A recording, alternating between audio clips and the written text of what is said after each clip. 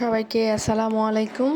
আমাদের হচ্ছে BBA honours 4th ইয়ারের 30 তারিখে যে অ্যাকাউন্টিং ডিপার্টমেন্টে পরীক্ষা আছে, সেই প্রথম পরীক্ষা হচ্ছে আমাদের অ্যাকাউন্টিং থিওরি। এই অ্যাকাউন্টিং থিওরি হচ্ছে আমাদের 16টা অধ্যায়। এই 16টা অধ্যায়ের মধ্যে আমরা কোন কোন চ্যাপ্টারে অঙ্ক করব সেটা আজকে আমরা হচ্ছে সাজেশন দিব। কারণ অনেকে চিন্তা করছে যে হচ্ছে এতগুলা অধ্যায়, এতগুলা ম্যাথ আছে, প্রায় 8টা অধ্যায়ের মতো, তাহলে কোন চ্যাপ্টারে আমরা হচ্ছে ম্যাথ করব। তো এখানে আমি আগে থেকে লিখে রেখেছি, আর এটার পুরো ক্লাস আছে হচ্ছে আমাদের ইউটিউব চ্যানেলে। এই যে 9 অধ্যায়, 10 অধ্যায়, 12 অধ্যায়, 13 অধ্যায় আর 15 অধ্যায়, এই 5টার মধ্যে আমরা যারা A+ পেতে চাই তাদের জন্য আমরা হচ্ছে এই অধ্যায়গুলো বাছাই করেছি।